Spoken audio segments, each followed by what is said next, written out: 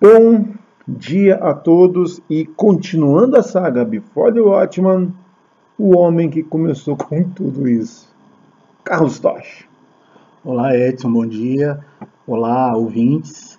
Satisfação estar com vocês de novo aí. Vamos falar, né, desse gibi que eu obriguei o Edson a ler. Pois é, me obrigou mesmo.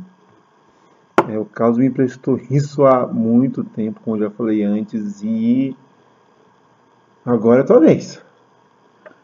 Carlos, é inevitável. Alan Moore é um dos grandes monstros, né?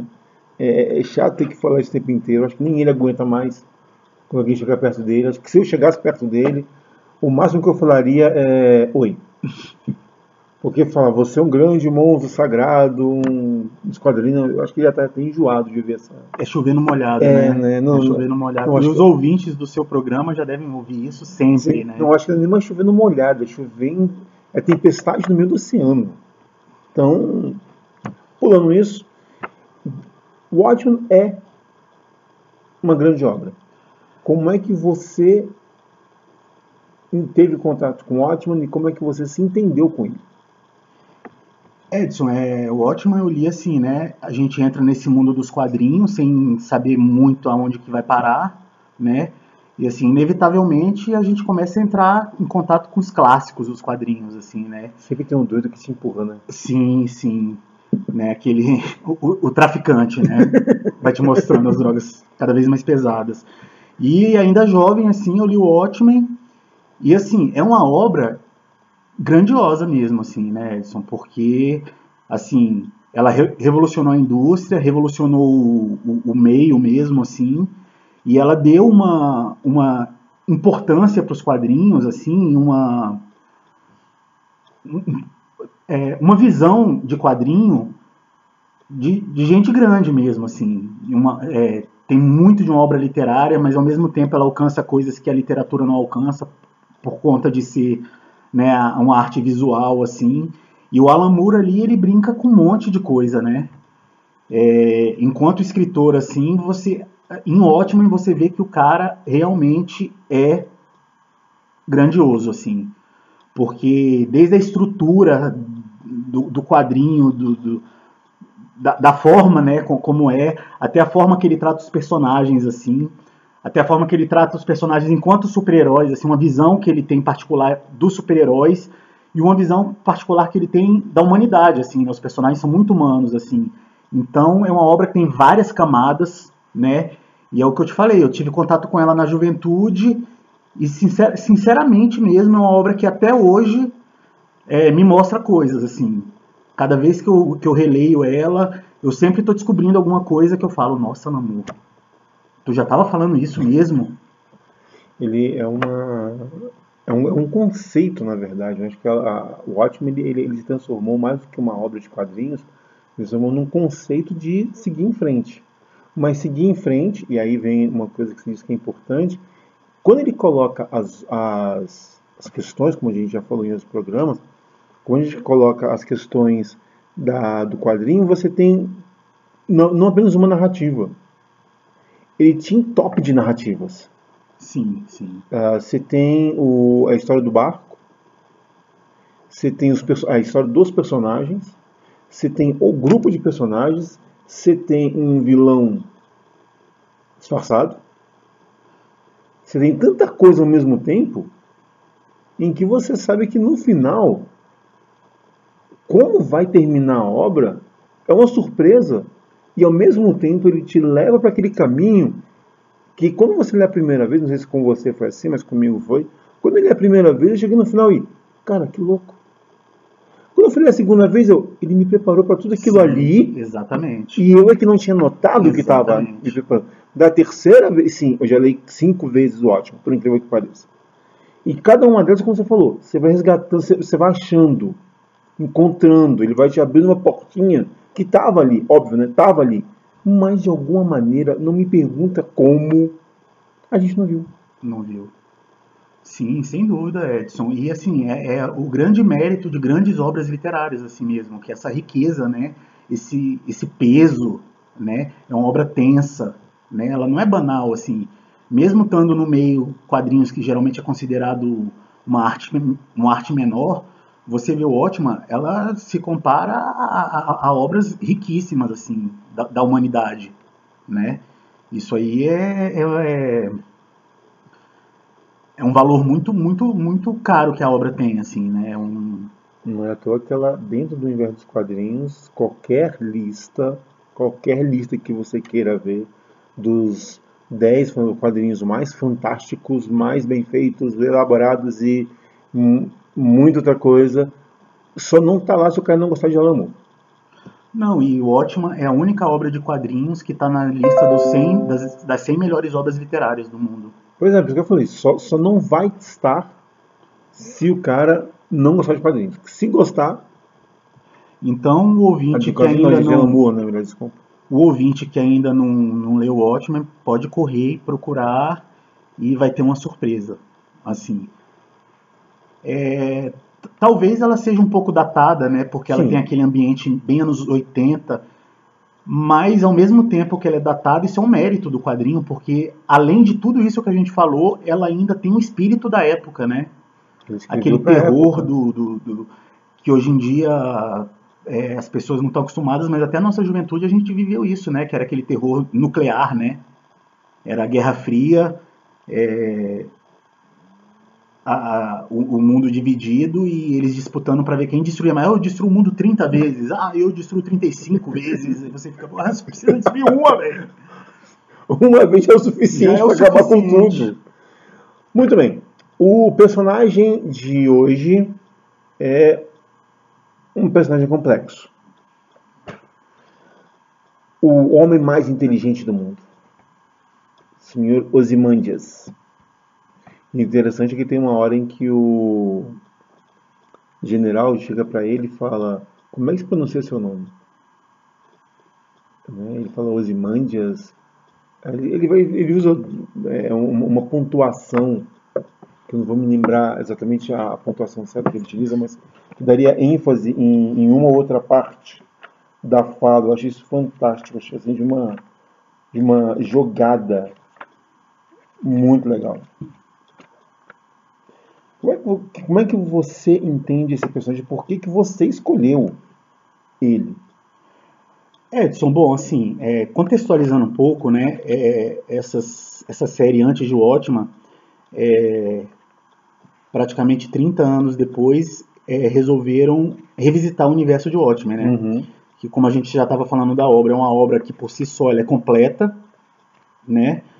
Só que, né, sendo quadrinhos, sendo propriedade de uma empresa, faz parte da situação trabalharem com isso, né? E a DC Comics resolveu fazer antes de Watchmen, contar histórias daquele universo, né? Do que aconteceu exatamente antes, né? O nome já se auto-explica, assim, antes de Watchmen. E aí nós temos, né, as diversas obras que você já falou, e aí nós chegamos em Ozymandias. E Ozymandias, assim, como eu falei, todo mundo diz o nome de um jeito diferente. Você Ozymandias, para mim Ozymandias. E o próprio capitão, igual eu mostrei agora por causa, faz a mesma referência quanto ao nome dele. Como é que se pronuncia seu nome? Acho muito legal isso. Aí, Ozymandias, cara, vou precisar dar o spoiler fatal aqui, o spoiler máximo de Watchmen. O Ozymandias, assim, Watchmen, uma das suas genialidades é que ele sai um pouco dessa questão maniqueísta, né, da existência. Então, na obra, a gente não sabe muito bem quem são os heróis e quem são os vilões. Os heróis têm coisas muito obscuras, né? Os vilões têm coisas extremamente humanas. O personagem mais odioso talvez seja o mais carismático e assim vai, né? Existem várias idiosincrasias em Watchmen, assim. E no final, então, tem isso, né? O Ozymandias, em Watchmen, ele é apresentado como o homem mais inteligente do mundo, o herói supremo, supremo no sentido de que, né, teve aquela lei anti-heróis, né, que os heróis foram proibidos de existirem e ficaram, na verdade, só Senhor Manhattan e o comediante, né? Trabalhando basicamente para o governo americano.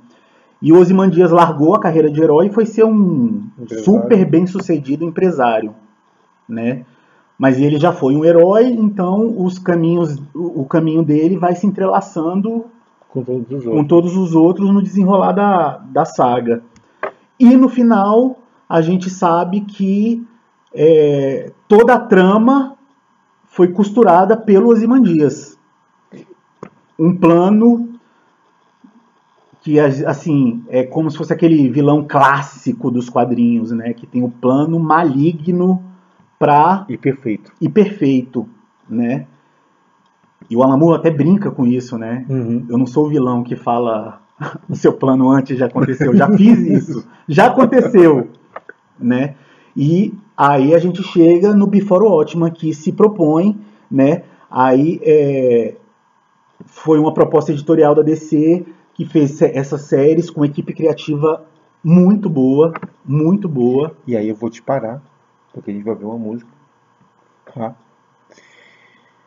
Daqui a pouco a gente vai falar disso, mas vamos prever o que vai acontecer. Iron Maiden, Alexander the Great. Só ela. Não é, pode parecer estranho, mas só ela. Daqui a pouco a gente volta.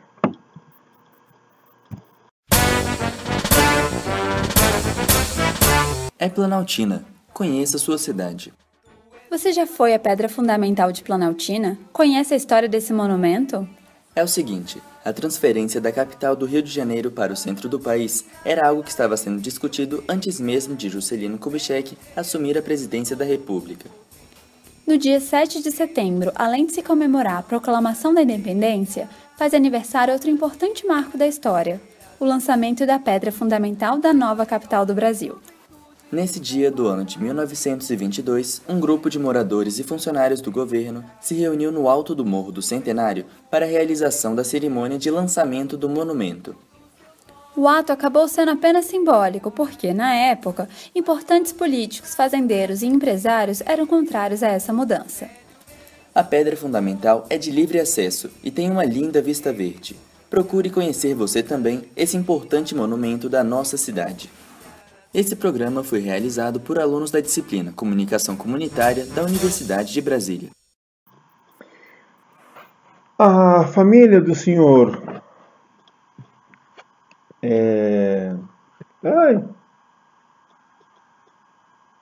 Sabe quando vocês esquecem o nome do Adrian Veitz? Saiu da Europa, fugida, saiu da Alemanha, na verdade, fugida do nazismo, e foram para os Estados Unidos. O jovem Adrian logo descobriu um grande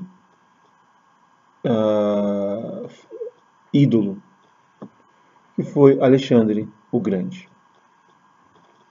E ele tinha essa ideia na cabeça, né? De pegar os caminhos de Alexandre o Grande, de seguir o seu grande mito, de seguir o seu grande ídolo. E nisso ele seguiu ele vendeu sua fortuna para seguir esse objetivo clássico de conhecer o seu herói. Por isso que tocamos Iron Maiden, Alexander the Great. Mais alguma coisa?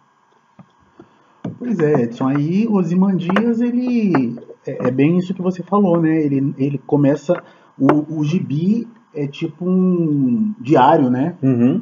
Que ele vai narrando, assim. Nesse sentido, eu não gostei muito do gibi, porque o Ozymandias em Watchmen, ele tem uma postura muito dúbia, assim, né, que você não sabe qual é a dele, assim, e tal, e no final ele se mostra o grande vilão, de certa forma, ou no ponto de vista dele, o grande herói, né. Uhum. E em Before Watchmen apresenta essa juventude do Ozymandias, apresenta a ascensão dele, assim, né, a opção dele se tornar um super-herói. Mas fica claro desde o começo que ele é meio, né, do mal, assim, vamos dizer assim. Ele tem essa, essa, essa narrativa de vilão, né, essa postura vilanesca, né. Fica bem evidente que, eu acho que mais do que vilanesca, né? Fica bem evidente que ele é completamente megalomaníaco, egocêntrico, ao ponto de se achar a figura mais. Eu não sei se foi o modo como o Lin Veidt fez a narrativa, né, montou a narrativa dele, ou se obrigaram, não sei aí, não vou entrar nesses méritos de quem ou por que ele fez, mas chega um certo momento onde você, em vez de você ganhar, em vez do personagem te ganhar dentro da loucura insana que ele tem, ele causa repúdia. Tem uma certa hora que eu estava lendo, não sei se aconteceu com você, mas eu tive aquela impressão que ele não quer ser bem visto. Altamente prepotente, assim, não que prepotência seja um problema, nesse caso de um herói que tem tal poder. Se a gente for pensar nesse sentido, o Super-Homem ele é prepotente. Batman é prepotente, Capitão América às vezes pode ser prepotente, mas é um prepotente olha, eu sei que eu faço o que eu faço, eu sou bom no que eu faço, mas vamos baixar a bola. Aqui não, eu sou o máximo o tempo inteiro. E é como você falou, eu sou tão máximo que eu posso ser vilão. Eu posso acabar com tudo isso daqui. Pois é, nesse sentido eu acho que isso destoa um pouco da obra original que, né, ele se propôs a trabalhar, né, em cima, né. Mas assim, é uma edição linda de se ver, né. O desenhista, o Jai Lee, é um desbunde assim de beleza, assim, cada página, né. E o escritor, o Len Wein, velho, é um dos grandes escritores dos quadrinhos. Só que eu, pessoalmente, né? Mas aí é uma questão de pluralidade de ideias, assim. Eu acho que ele tá um pouco velhinho, assim, e meio, né? Talvez tenha perdido um pouco a mão, assim. Faltou talvez a genialidade simples, não é? Parafraseando os grandes sábios, às vezes o pouco que se faz se torna grandioso. A obra ela começa extremamente grandiosa. Você pega um personagem que na sua infância ele já é um menino ali da curva. Assim, aliás, que curva, né? Porque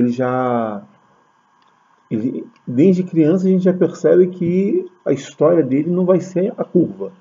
Ele é algo absurdamente acima em níveis e níveis de detalhes. Sim. Tanto é que ele se torna um herói, né? Ele vai lutar contra o crime. E assim, eu achei legal, muito legal no gibi, são as referências que tem ao Watchmen, assim, né? Cara? Sim.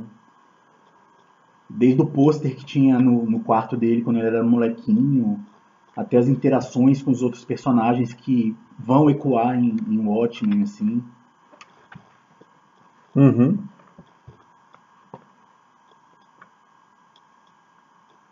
Outra coisa que eu acho fantástica que o Alan Moore fez e em todos os Before the Watchmen tem, e esse não é diferente, dessa máscara.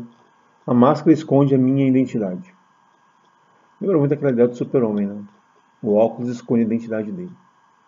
É só tirar o óculos ou retirar a máscara, que é óbvio que tá lá. Outra coisa que eu achei interessante, nesse caso achei interessante, é as referências que ele faz com o período histórico. E principalmente, óbvio, com os Estados Unidos. E aí os anos 60, né, dão um ar da graça com toda a força, com toda a vontade, o tempo inteiro. Anos 60 e 70, na melhor dizendo.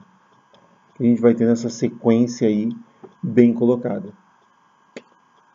Uma característica, né, do próprio Watchmen, né, e nesses antes de Watchmen, eles usaram bem isso, né? É. Em várias séries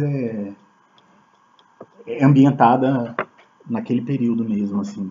Por exemplo, uma das cenas mais fantásticas que tem aqui e que vai aparecer em outros momentos é a ligação dos heróis com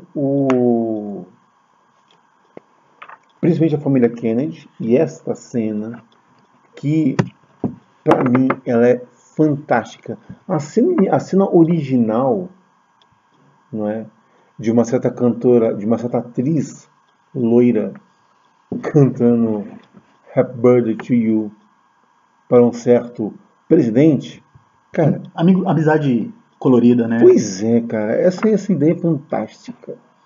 E o que gera uma das, sim, tanto essa quanto do comediante, sempre tem a ideia de que a Marilyn e o Kennedy tinham um caso, né? E eles brincam com isso, eles brincam com Nixon, brincam com o Bob Kennedy, com o Kennedy, o Fitzgerald Kennedy, né? Esqueci o nome dele, é John. Então tem o Bob, tem o John, tem o Nixon, tem todos esses personagens fantásticos da cultura dos Estados Unidos, Marilyn Monroe, que vão aparecendo durante a obra. Eu acho que pelo menos para mim, é um saborzinho a mais para quem aí olha para o Watchmen e vai ver Before the Watchmen. Para tu que é historiador é uma delícia, né?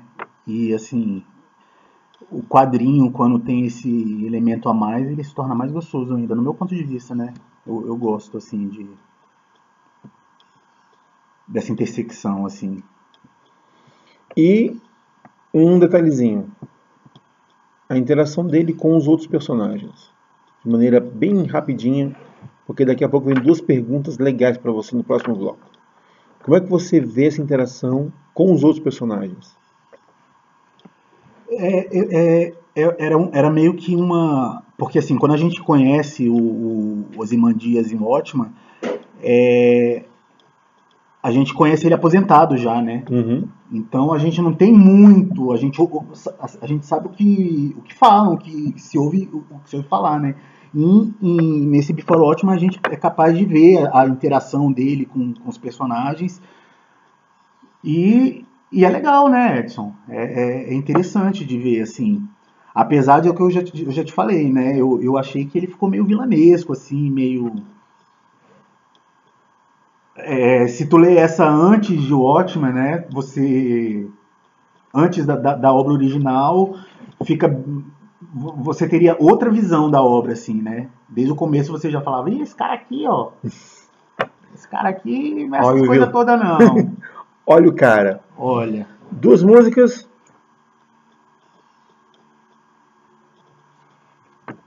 Ou uma. Eu tenho uma maldade agora. Que maldade, diga. Vamos ouvir Marilyn Monroe cantando Happy Birthday to You para o presidente Kennedy. Tem alguma outra ideia? Não. E uma cantora turca, que agora, depois eu não lembro o nome dela. Isso aí. E, cara, às vezes falar esse nome dessa galera é complicadinho. Daqui a pouco a gente volta. Várias utopias em uma só realidade. 98,1 FM, Utopia.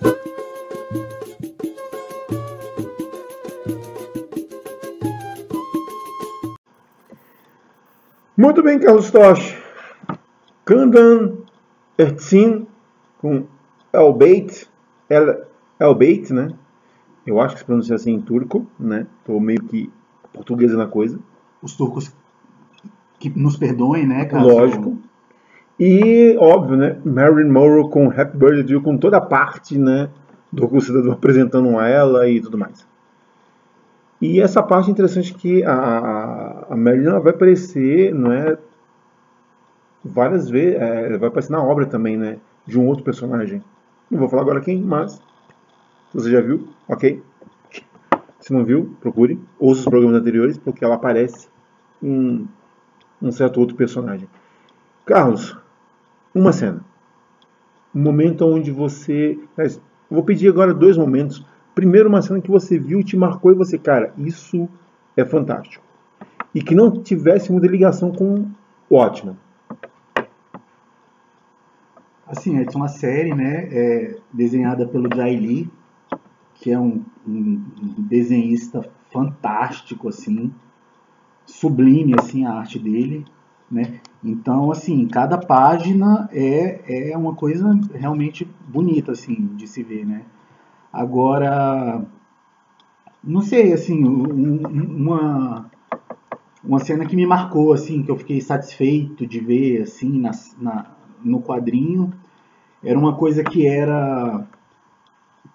Porque o Alan Moore, ele não é... As coisas dele não são gratuitas, né? Nada. E ele não entrega as coisas fáceis, assim. Então, algumas coisas da série ficam nas entrelinhas, o que é muito mais legal. Mas já que, né, remexem no lixo do Alan Moore e querem pegar o trabalho dele e fazer tudo de novo, às vezes as pessoas não têm essa sutileza, né?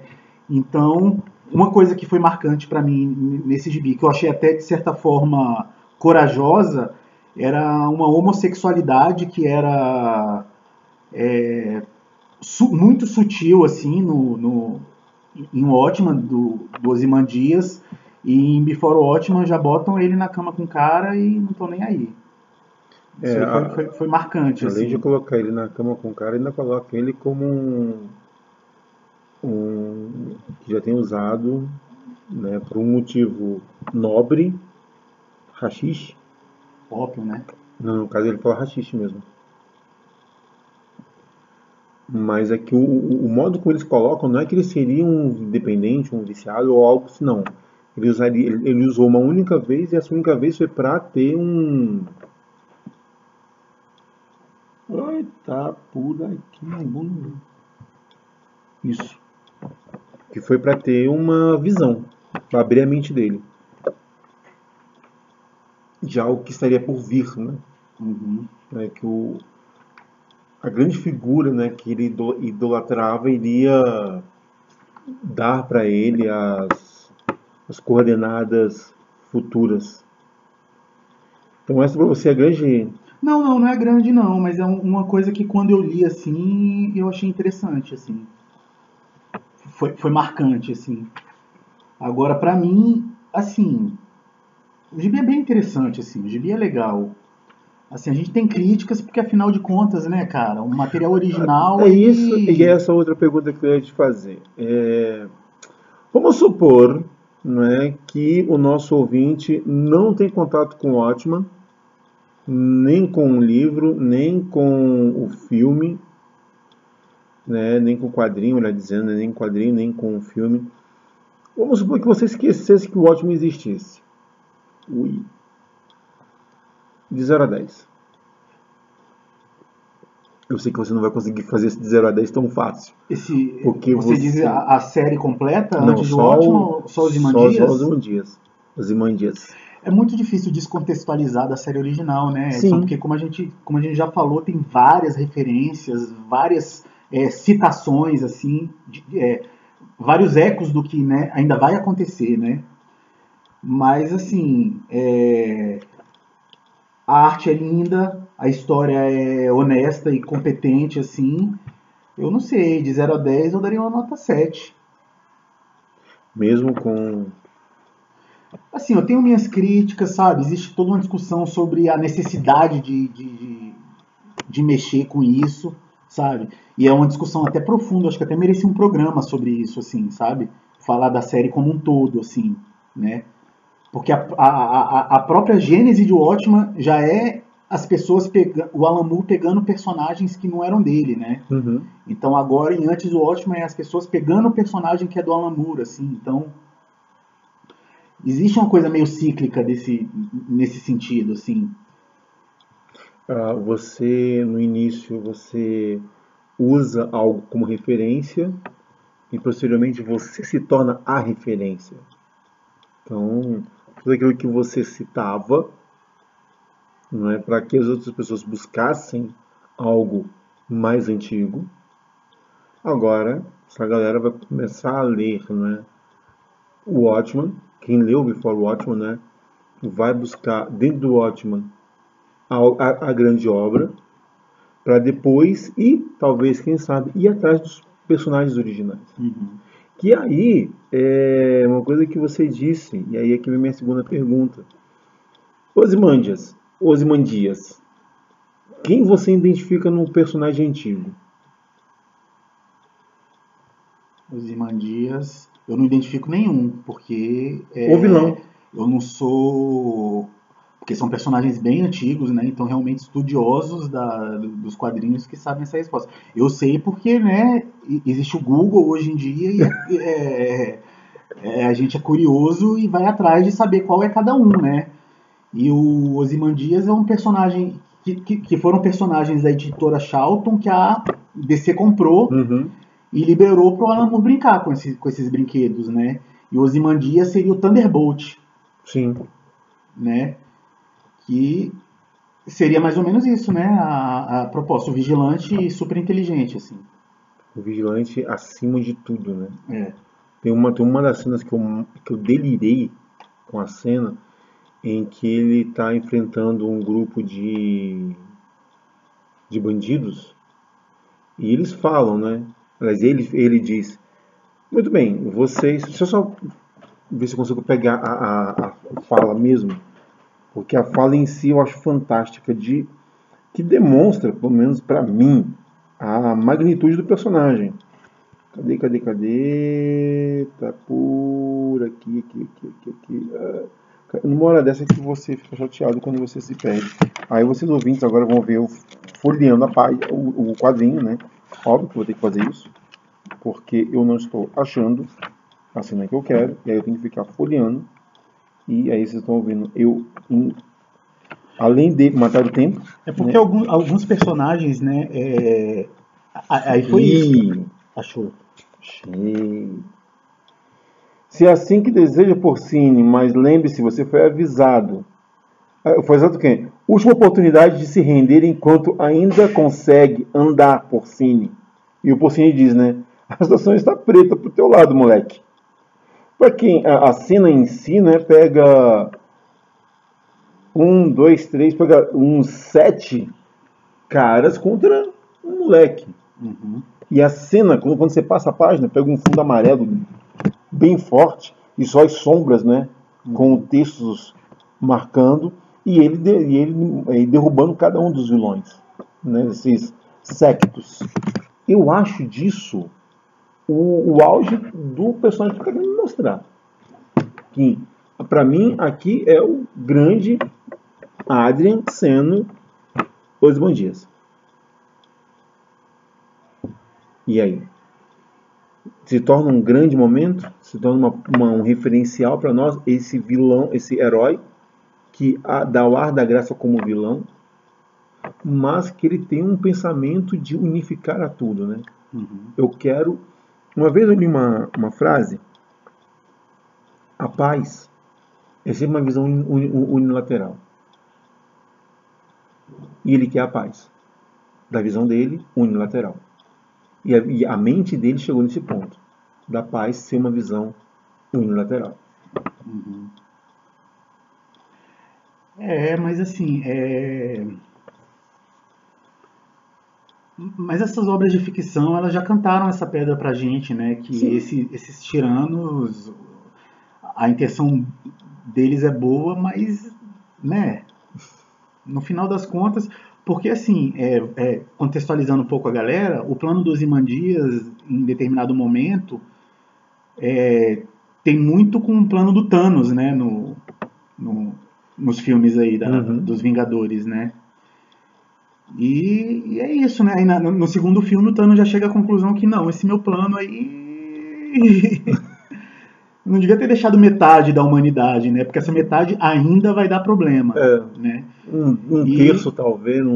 E essa talvez seja uma das genialidades do Watchman, a obra original, né? Que ele realizou o plano, né? Tem o Eu Consegui, né? Que é lindo, né? Do Ozymandias, assim. E a obra fica em aberto, assim, você não sabe qual foi a conclusão do plano. Acaba exatamente aí, né? O plano dele acaba, o quadrinho acaba com o plano. em execução. Não, o quadrinho acaba, na verdade, Edson, porque tem aquele embate do Dr. Manhattan com o Rorschach, que, né, é o personagem, talvez o personagem mais íntegro do gibi, né, apesar de ser um sociopata. E tem aquele fim do Rorschach. Mas no final o Alan Moore entrega, né, o diário do Rorschach para o homem comum, né, que seria o leitor, talvez, assim, né? E agora, o que é que você faz com essa informação, né? Você vai Passa adiante. Você vai ficar do lado do Ozymandias e achar que o plano dele precisa funcionar e, né? Ou você vai ter uma mentalidade um pouco mais radical, né, como o Rorschach, assim. É por aí. Muito bem, senhores.